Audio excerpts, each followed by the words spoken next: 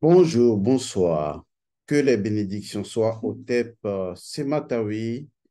Shalom à chacun d'entre vous. Aujourd'hui, je vais vous donner l'une des méthodes qui vous permettra justement de résoudre votre problème au quotidien ou votre problématique au quotidien. Il est important que vous suiviez vraiment cette méthode. Il y en aura beaucoup d'autres que je partagerai avec vous pour que vous arriviez justement à, disons, à prendre en main, oui, à prendre en main ce que vous appelez souvent problème. J'aime beaucoup quand les gens font quand même des utilisations assez judicieuses de certains mots ou formulations, comme par exemple ne pas parler de problème, parler plutôt de problématique, ne pas parler de problématique, parler peut-être de défi ou parler tout simplement de situation sans pour autant prêter au mot une connotation tout de suite négative et généralement bloquante. Ce sont des efforts à encourager parce que c'est l'état d'esprit que vous avez ou que vous créez dans une situation qui en permet la causalité effective. La causalité, c'est la création du principe loi-effet d'une situation, rendant ainsi la situation répétitive, ce qu'il faut justement éviter. Qu'est-ce que je vais vous proposer? Je vous propose une démarche. Cette démarche va certainement vous aider à pouvoir, disons, contenir, gérer votre problème et à ne pas tomber dans le piège. Et ce piège, nos anciens, les Africains, la spiritualité ancestrale connaissaient déjà ce type de piège. En Afrique, lorsque un problème se pose, un problème de santé, une situation de finances, une situation relationnelle ou n'importe quelle situation, on se réfère tout de suite au monde spirituel. Parce qu'en Afrique, tout ce qui se produit a son origine dans l'esprit, dans la spiritualité. Et c'est vrai, parce qu'aucune énergie matérielle ne peut être matérialisée, densifiée, utilisée, exécutée dans cet environnement si cette énergie ne provient pas au prime abord de la dimension spirituelle. Mais la chose va un peu plus loin et il faut vraiment comprendre la démarche africaine qui consiste donc en une démarche purement simplement ascendante, c'est-à-dire évoluer vers le monde spirituel en relation avec le fait et décider ensuite de corriger ou d'annuler un effet ou d'avancer avec une autre loi. Comment est-ce que vous allez faire lorsque vous avez une situation, appelons ça situation pour ne pas dire problème, problématique, défi, vous comprenez ce que je veux dire. Lorsque vous avez une situation dans votre vie qui vous arrive subitement, je suis souvent très inondé par les gens parce que X, Godson, j'ai telle situation, est-ce que vous pourriez m'aider telle, j'ai telle situation. Et ce que j'ai remarqué souvent, c'est ce faux pas que les gens font dans une procédure qui pourrait vraiment, si cela était maîtrisé, changer la donne, si tant est qu'on en maîtrisait les étapes. Alors, quelles sont les étapes à tenir lorsque, justement, eh bien, on veut résoudre les situations de la vie? D'accord. Commençons par le commencement. Dans le commencement, il vous faut avoir un état d'esprit de base. C'est-à-dire, il faut faire partie d'un paradigme éthique et moral, d'un paradigme culturel et spirituel, culturel et culturel. Ce paradigme, c'est ce que je vous propose. Sachez que il y a une loi naturelle, il y a la loi naturelle, et que rien ne se produit sans la loi, et que ce qu'il se produit forcément à partir de la loi. Mais que la loi crée une réalité peut dépendre et des situations de la vie, de façon générale. Donc, ça peut être l'ensemble de tout ce qui existe, qui produit un fait, comme par exemple la société qui crée une loi, et je parle de spiritualité, ou peut-être l'individu lui-même. Donc, il faut se préparer à l'état d'esprit selon lequel tout ce qui se produit dans le monde physique, dans votre existence, a forcément son origine dans la dimension spirituelle. Pour beaucoup de personnes, cela signifie peut-être échapper à la réalité et ne pas être concret selon eux. Mais non, ce n'est pas de ça qu'il s'agit, puisque nous allons évoluer justement de ce concret vers le spirituel, descendre du spirituel et revenir à ce concret. Donc, quand vous avez une situation qui vous arrive, quelque chose, quel qu'il soit, un problème de finance, de décès, un problème de renvoi, un problème de santé ou une situation de santé, quel que soit ce qui se produit maintenant, il y a une première attitude à avoir tout de suite. Et cette attitude, elle est importante, cruciale, c'est la base de tout ce qui va se produire après. Vous pouvez faire ce que vous voulez après, mais cette base, il faut forcément la respecter, l'honorer, s'obliger à cela. Cette base, je l'ai appelée la sagesse. Vous allez dire, oui, c'est un mot. Non, je vais vous expliquer, ne vous en faites pas. C'est l'ignorance qui tue les gens. L'explication, la compréhension, la connaissance vous ouvre l'esprit. Et je dis, quel que soit le problème que vous avez, là, tout de suite, quelle que soit la situation qui arrive, appliquez le premier principe qui est d'abord et avant tout la sagesse. Cette sagesse est liée à Otep, à Sematawi, et je m'en vais vous l'expliquer. Toute situation qui se produit, appelez ça problème, problématique, défi, donc toute situation qui se produit, a une énergie dont la nature doit être connue. Cette nature est générique. C'est la nature unique à tous les problèmes. Je veux bien utiliser ce mot maintenant, à tous les problèmes. Généralement, à toutes les situations, il y a une énergie qui leur est commune. Cette énergie, je vais la nommer d'abord dans le contexte africain et ensuite l'expliquer pour quelqu'un qui a un esprit cartésien. Cette énergie, c'est une entité démon. Retenez bien ce que je dis. Toute situation qu'il se produit est générée par une entité démon. Vous avez un problème de santé qui vire au grave, un problème d'argent, quelles que soient les situations capables de vous mettre dans un état d'affolement. Son énergie récurrente, qui est donc une entité, parce qu'une entité, c'est une énergie qui a sa propre récurrence. Donc, cette entité est une entité démon. Je n'ai pas dit une entité démoniaque, j'ai dit une entité démon. Une entité démon, qu'est-ce que c'est? C'est une structure énergétique autonome, donc un automate énergétique, d'accord, dont la nature est versatile, lunatique ou incontrôlée. Donc, c'est une énergie dont la nature peut virer de la vertu au vice, du vice à la vertu. Et donc, c'est cette forme d'énergie qu'on appelle une énergie démon, c'est-à-dire une énergie incontrôlable, une énergie qui peut partir en vrille, une énergie instable. Souvent, dans le livre intitulé La dot, je l'ai nommé l'instabilité stable. C'est la nature de cette énergie. Cette énergie est ainsi, et c'est ainsi de cette nature que cette énergie crée un problème.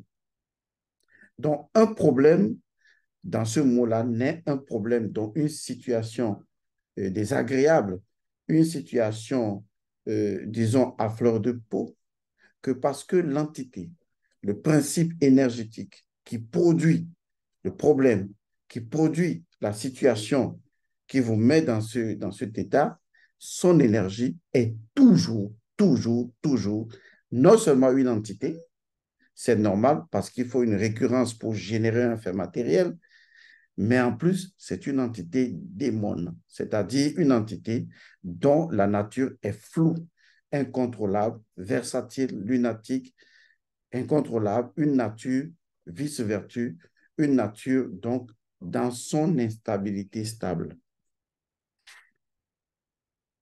Vous comprenez donc que si vous ne faites pas attention, et c'est ce qui manque souvent, l'attention à la sagesse.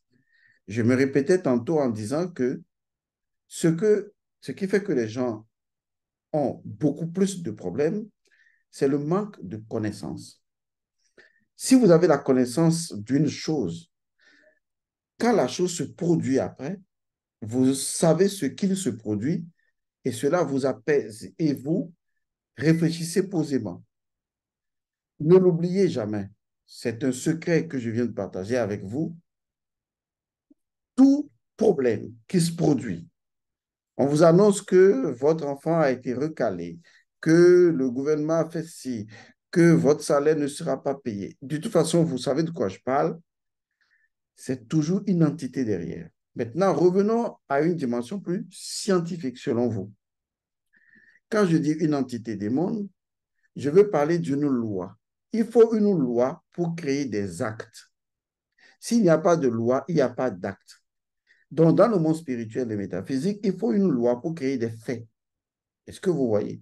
Cela veut dire que le fait qui se produit maintenant dans votre vie est généré, créé par une loi. Donc, une structure à nature récurrente, donc une entité. Vous voyez? Et la nature de l'acte posé qui crée une situation à fleur de peau, donc une instabilité, signifie que c'est d'une entité des mondes, donc une entité dont la nature est d'une instabilité stable, donc versatile, lunatique, incontrôlable. Vous avez maintenant compris. La première étape que j'ai nommée sagesse, ne l'oubliez jamais, et qui rime parfaitement avec Sematawi et Otep, c'est qu'il faut faire attention à ce que cette entité démon, donc cette loi, sollicite chez vous. La question la plus banale, mais la plus intelligente et la plus intelligible que tout individu Homo sapiens sapiens pourrait donc se poser, c'est que, en revenant dans le monde de la société et du monde sociable, social, sociétal, c'est de savoir qu'est-ce qu'une loi fait sur un individu. Qu'est-ce qu'une loi génère? Qu'est-ce que la loi est censée générer?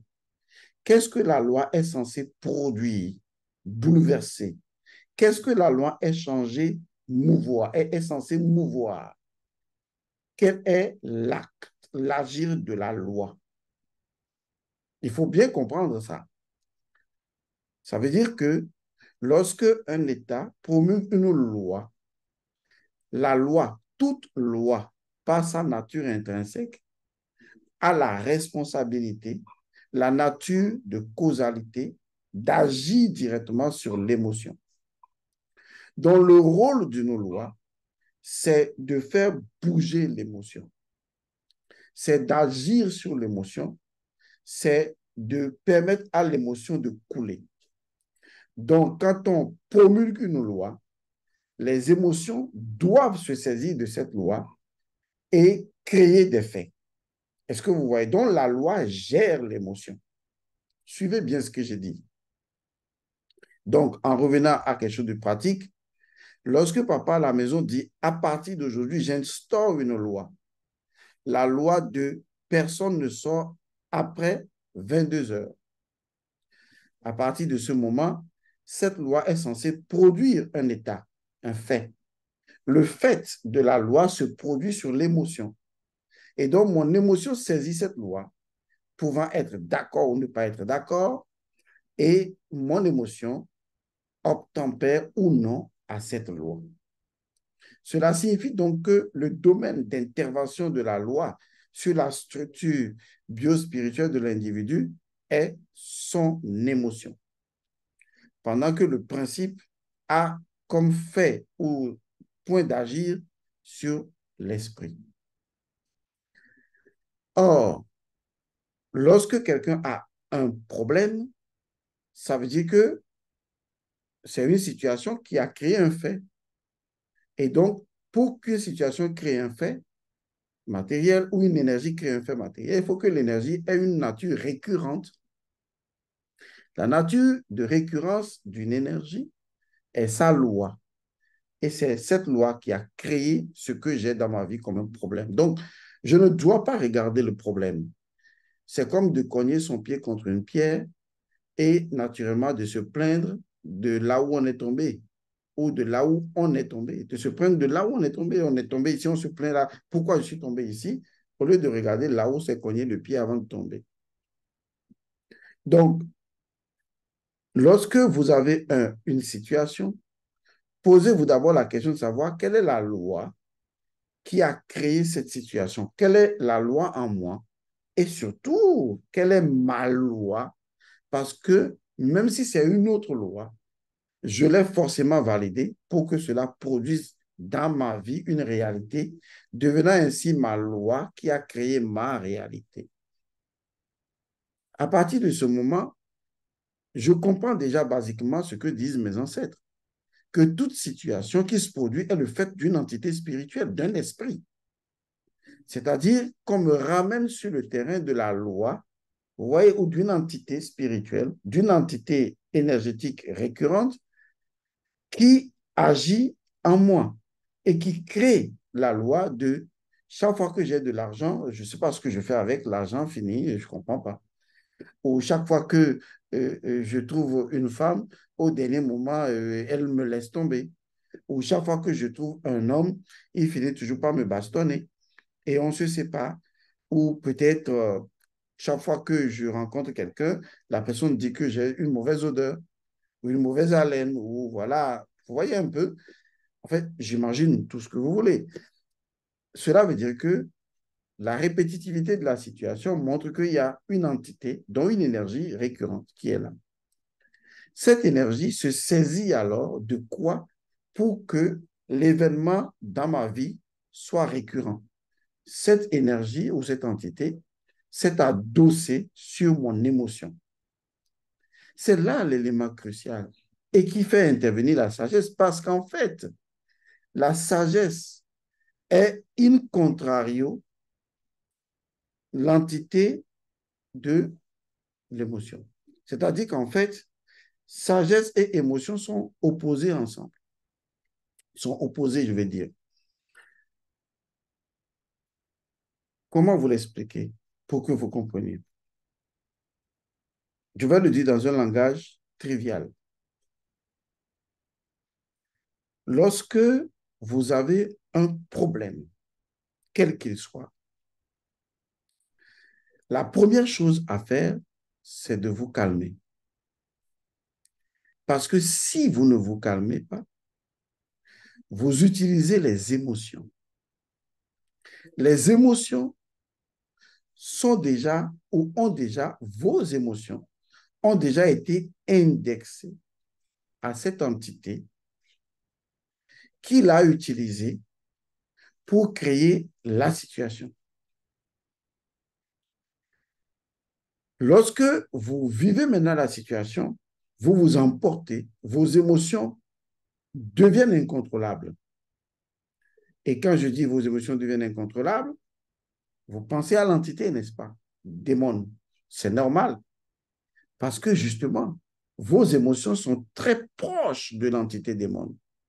Et c'est d'ailleurs pourquoi nous avons souvent des problèmes. Et si vous ne savez pas faire, comme les gens le font souvent en m'appelant, en s'affolant, vous allez vous affoler, ce qui va générer encore plus d'émotions, encore plus d'émotions, encore plus d'émotions.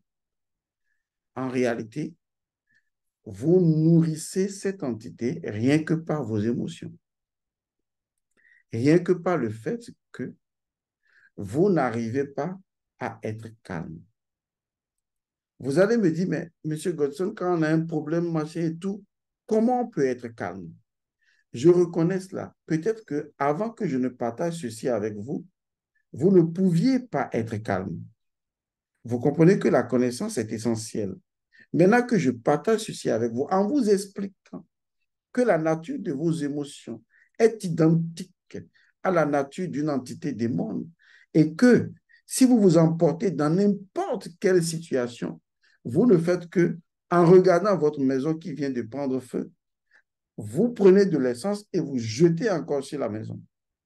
Vous imaginez, ça va complètement flamber.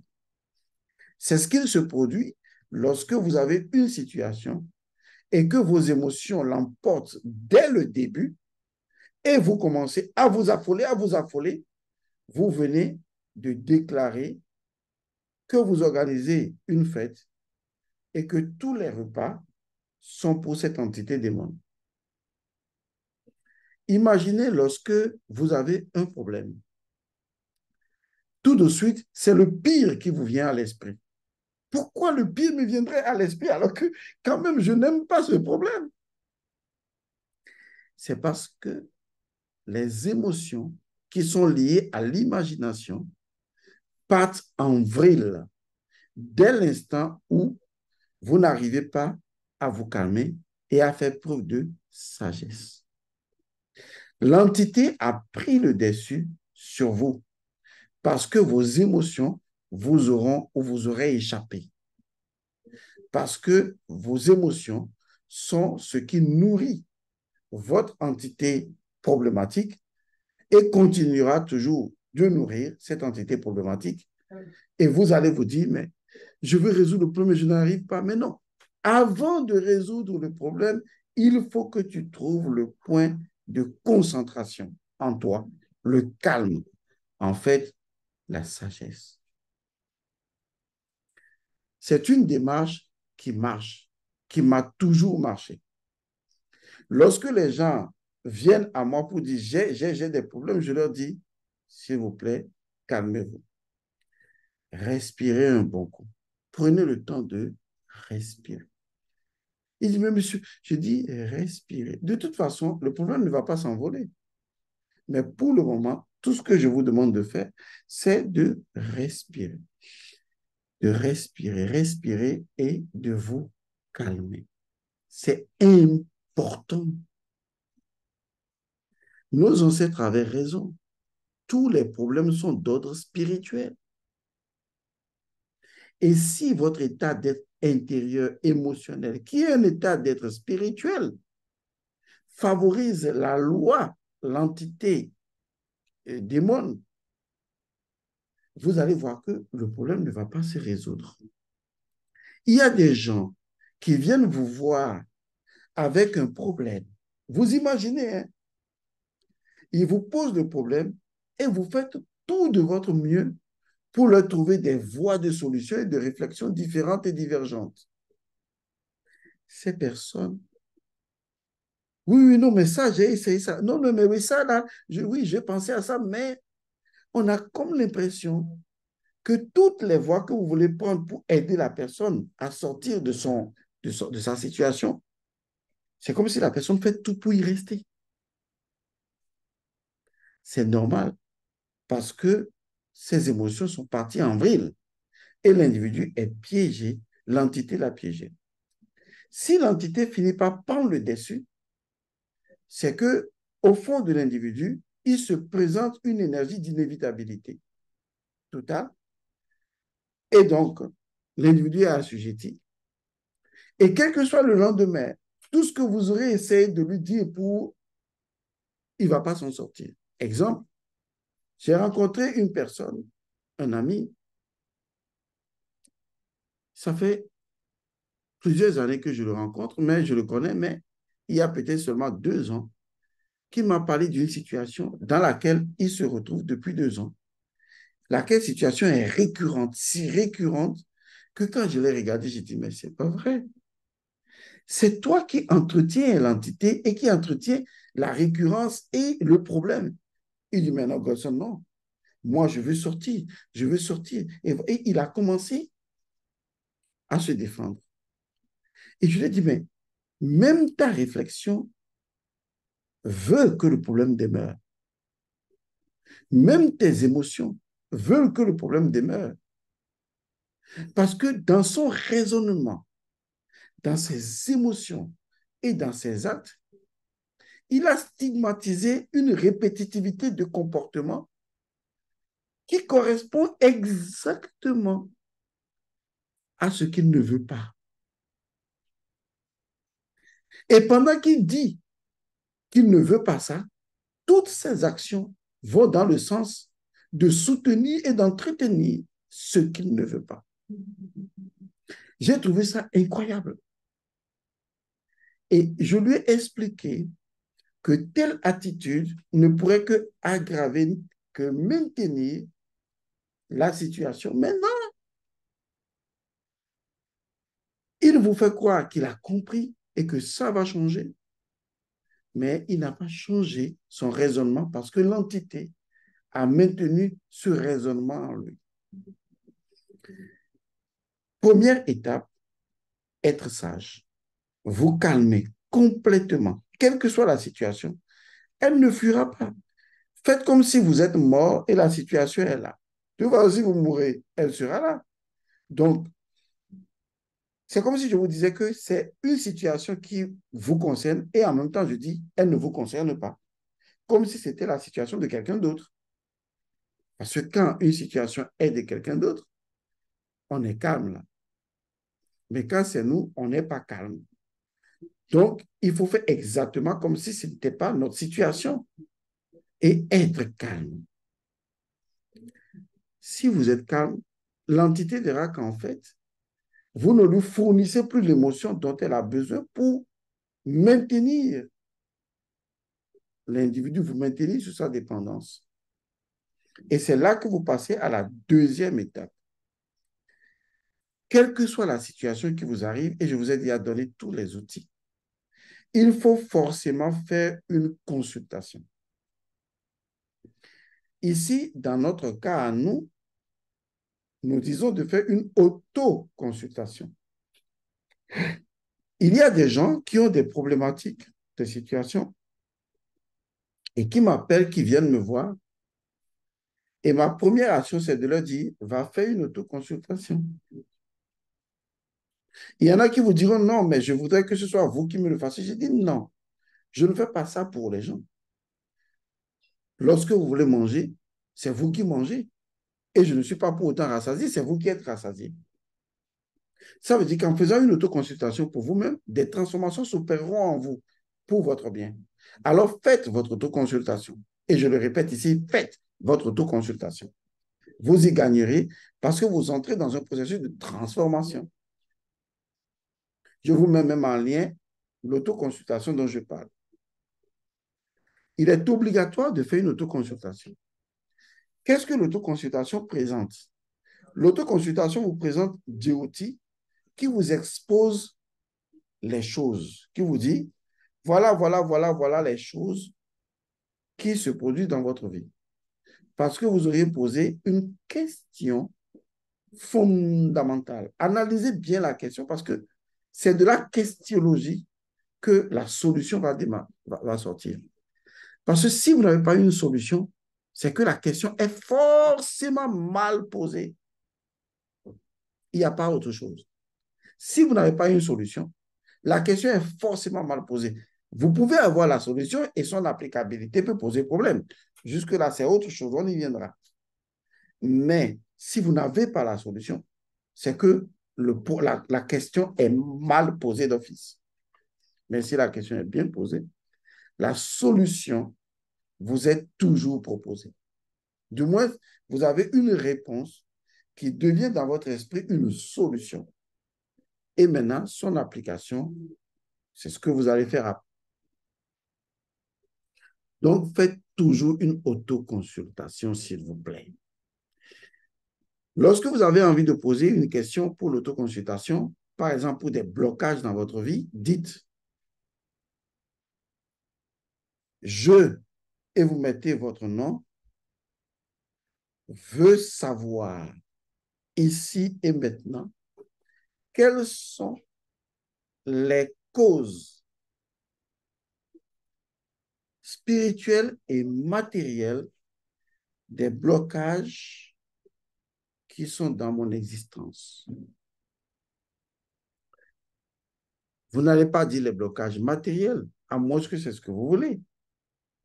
Mais quand vous donnez l'éventail plus large, quand vous allez dormir la nuit, les visions qui vont apparaître vous diront les causes matérielles, mais également spirituelles de vos blocages.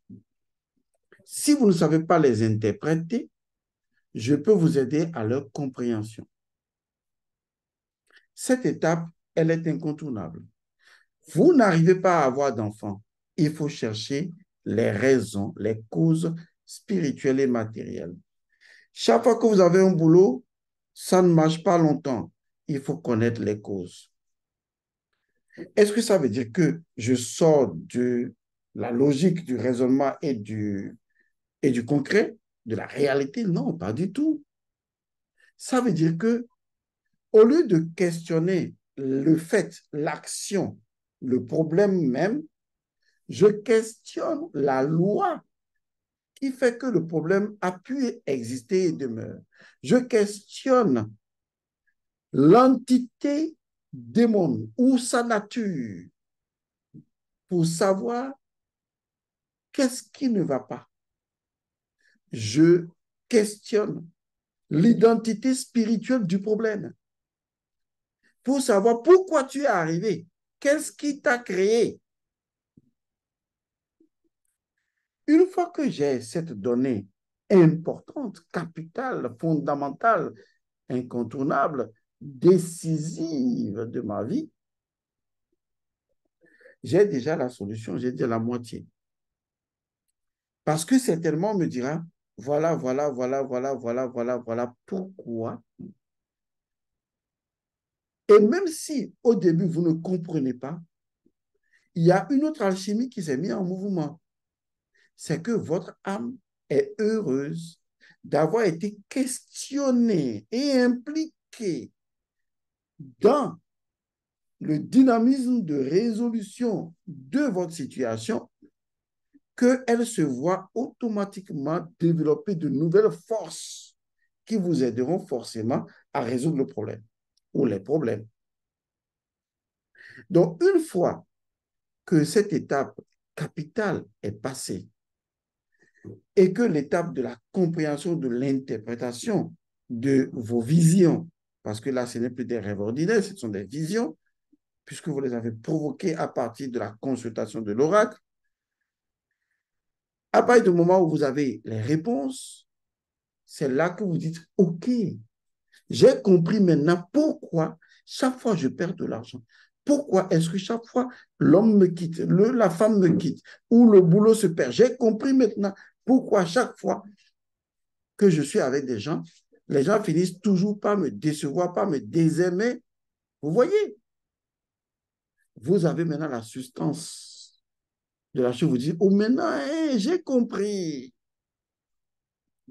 Cette simple compréhension est une réussite pour votre âme.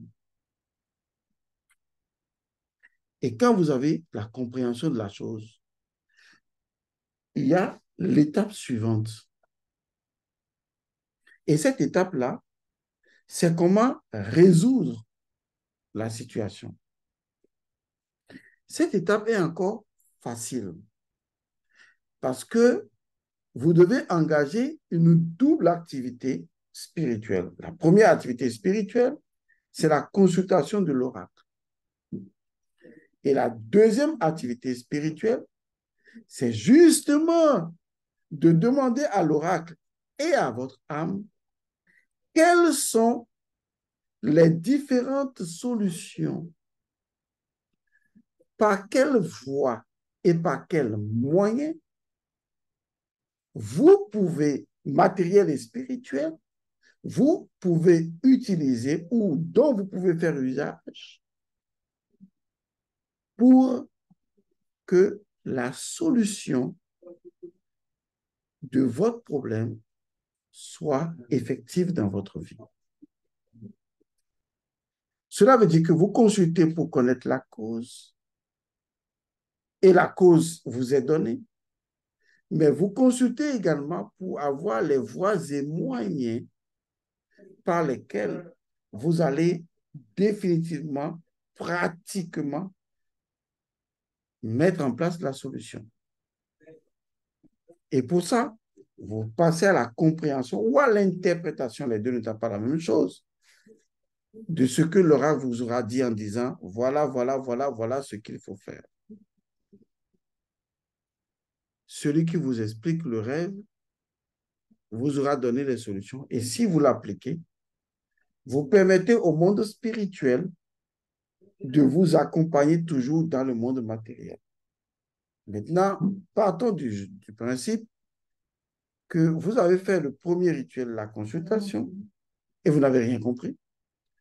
Vous avez fait le deuxième rituel pour la solution, vous n'avez rien compris. Non problème. Écoutez cette phrase que je vais partager avec vous. La solution d'une situation problématique n'a pas besoin de votre compréhension ou non pour être une solution de votre problématique.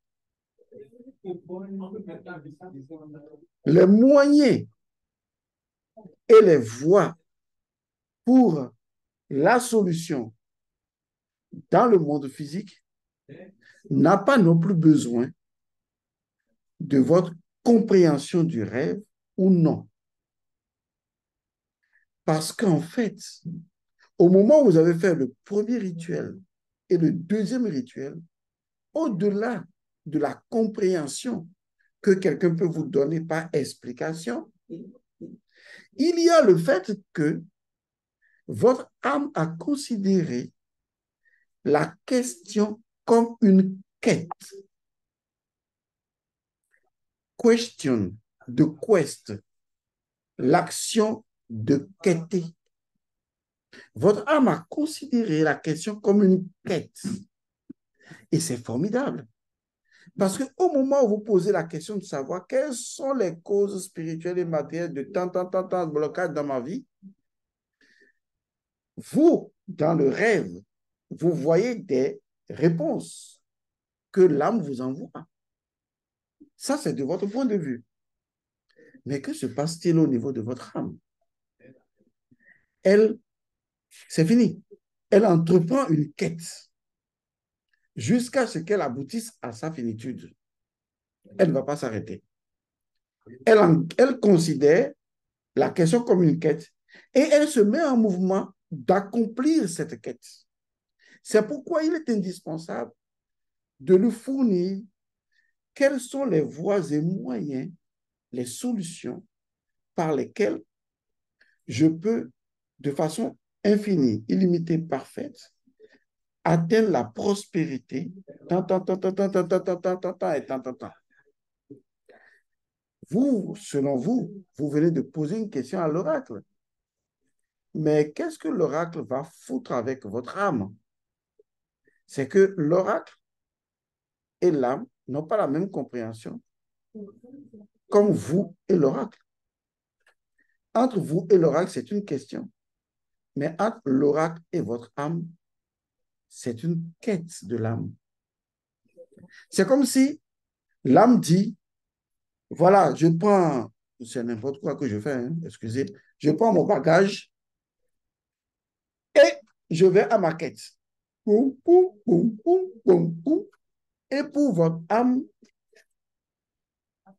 l'essence de la quête consistera à accomplir ce que la quête, la nature de la quête. La quête nature est pour vous une question, mais pour l'âme, je veux dévoiler cela. C'est pourquoi une dernière étape qui est donc dans l'autoconsultation vous est proposée et qui revient à une affirmation. Et cette affirmation, on l'écrit sur le verre ou la bouteille et on dit J'accomplis ici et maintenant de façon illimitée et parfaite. Vous voyez la solution de exactement, exactement. Ça veut dire que vous ne faites que confirmer à l'oracle dans sa relation avec l'âme votre décision de vous laisser conduire par la quête de votre âme. Maintenant, Godson, donc si moi je fais ça et je ne fais rien dans le monde physique, mon problème va être résolu. Ce n'est pas ce que je vous dis. Parce que si une graine ne meurt en esprit, elle ne peut pas pousser encore. Ça veut dire que je vous invite à aller transformer la dimension spirituelle de l'entité démon. Et ensuite, vous venez faire face au problème pour lui trouver des solutions matérielles en réfléchissant de façon objective. Mais qu'est-ce qui a changé, Godson? Oh, ce qui a changé et que peut-être vous croyez que vous ne voyez pas, je vais vous révéler ça. Toute solution n'est solution que par votre positionnement intérieur de conscience. C'est le positionnement de votre conscience qui définit la solution pratique du problème. Il y a des gens, c'est comme s'ils trouvent rapidement. C'est le positionnement de leur conscience qui génère ça. Ça veut dire quoi concrètement, Godson? Ça veut dire que une fois que ce positionnement spirituel est créé, vous verrez que les solutions pour les trouver dans le monde physique, c'est comme les œufs jumelles. C'est-à-dire que les choses se mettent à leur place et vous arrivez toujours à les résoudre. Ce qui conclut encore le fait que ce n'est pas le corps qui trouve les solutions, tout comme ce n'est pas le médecin qui guérit le malade, c'est le corps qui le fait.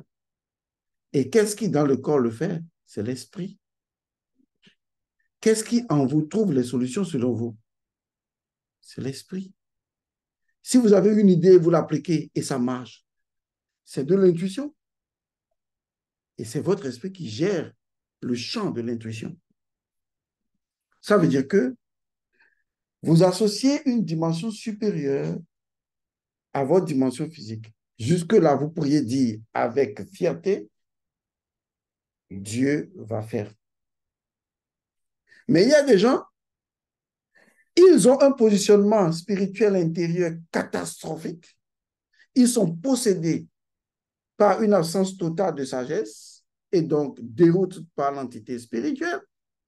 Mais c'est eux qui vous répètent tout le temps, oh, Dieu fera, ça va aller, Dieu fera. Non! Ou bien Dieu a fait déjà, Dieu fait. Non! Vous ne pouvez prononcer cette parole que lorsque votre monde intérieur a garanti son positionnement et le reste se fait naturellement. Une fois que vous avez surtout franchi l'étape de la maîtrise de soi, de la sagesse, tout le reste devient facile. Puis de toute façon, emportez-vous. Est-ce que ça va résoudre le problème? Au contraire. Je vous propose cette méthode qui m'a toujours marché. Ce n'est pas que je n'ai pas de problème ou de situation comme vous, j'en ai. Mais dès qu'on m'appelle tout de suite ou dès que je suis en famille et qu'une situation se pose, je reste automatiquement calme. Parce que je dis, attention, cette entité veut encore se nourrir de mon manque de sagesse, donc de mon émotion. Et si je laisse mes émotions l'emporter, j'aurai tellement avancé dans une énergie émotionnelle qu'il me faudra encore une grande quantité d'énergie contraire à ce que j'avais déjà créé pour renverser la tendance, ce qui va être un challenge énorme, ce que beaucoup n'arrivent pas à faire, et c'est ce qui fait qu'ils n'arrivent pas à sortir des problèmes. Donc, j'arrête là. Non, je ne produis pas cette émotion. Le vase est cassé. On va faire quoi? On se calme, on respire. Toujours respirer, respirer. Et ensuite, dire, OK, maintenant, je vais m'occuper de ça. Je commence par première étape, consultation. Et vous suivez les étapes. Et ensuite, ce qui va se produire en vous d'abord, c'est un calme intérieur. C'est ce que j'appelais au tête. Ce calme déjà est essentiel. Vous ne nourrissez plus l'entité, elle meurt de sa propre mort et vous, vous transcendez la situation. Et vous dites, OK, bon, on m'a dit que... Il y en a même qui ont développé une autre stratégie, hein, c'est le rire. C'est très fort, c'est très puissant.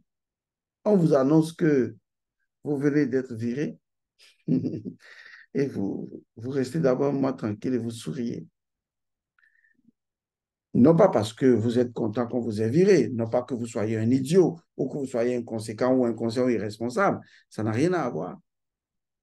Est-ce que vous avez jamais fait cette expérience-là? Peut-être que ça répondra à votre préoccupation sur la question. Vous savez que dans les différents rituels, on vous demande de vous piquer, n'est-ce pas? Ou bien? Et souvent, ça vous fait mal de vous piquer, d'accord? Lorsque moi, je veux me piquer, je fais comme ça. Je mets l'aiguille et je l'enfonce doucement en regardant l'aiguille me piquer, entrer dans ma peau et en ressentant la douleur. Je regarde ça. J'accepte chaque portion de douleur jusqu'à aller à l'intérieur. Vous voyez? Donc, si vous voulez le faire, changez votre état intérieur.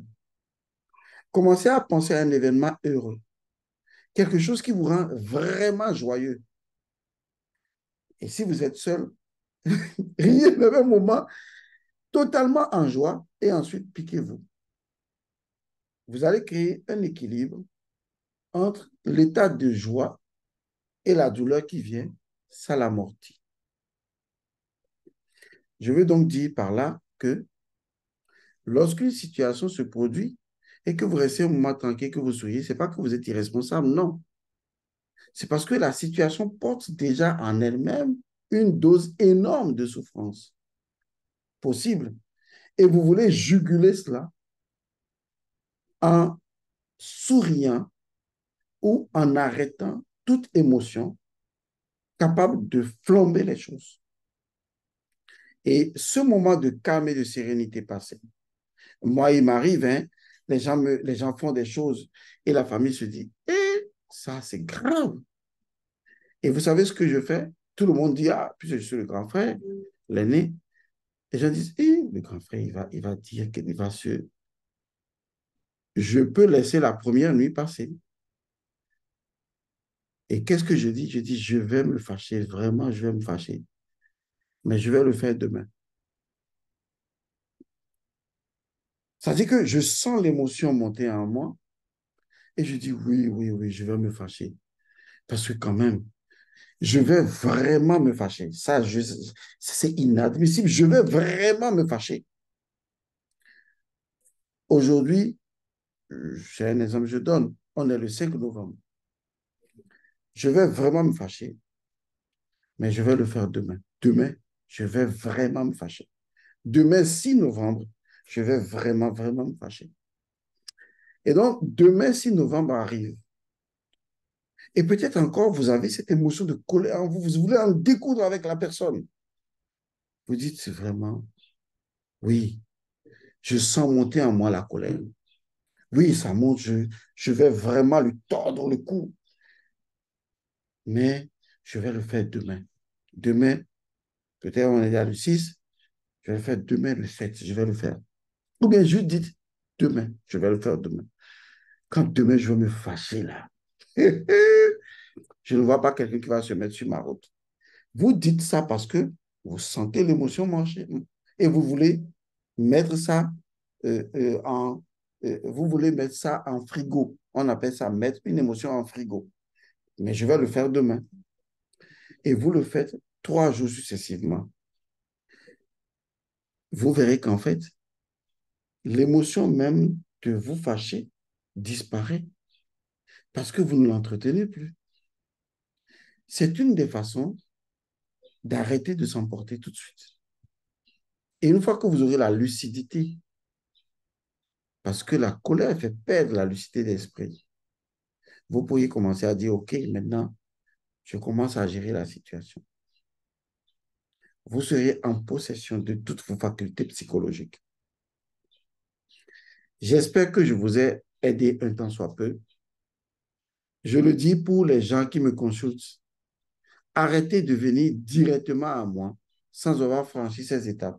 J'aime mieux encore quelqu'un qui vient à moi qui dit, j'ai eu il y a quelques jours tel problème qui m'a tellement affecté, mais j'ai fait l'autoconsultation, j'ai vu ceci, après j'ai fait ceci et j'ai vu ça, et je demande que vous puissiez m'aider à comprendre. Là, je vois quelqu'un qui est sur le chemin de sa quête. Cette personne, vous n'avez pas besoin de lui dire beaucoup de choses. Vous lui prêtez juste une petite énergie et la personne roule toute seule. Parce que la personne a commencé à rouler toute seule. Et vous faites simplement tim, et la personne roule encore plus vite. Mais il y a d'autres, ils ne veulent pas du tout rouler. Ils ont des roues carrées. Et quand ils viennent chez vous, vous les touchez un peu, ça ne tourne pas, les roues sont carrées. Et vous les poussez, les roues sont carrées. Pour que ça tourne une fois, il faut y mettre la force. Vous voyez un peu? Je vous remercie d'avoir suivi donc cette capsule. Je vous retrouve dans une autre capsule. Paix et bénédiction à vous.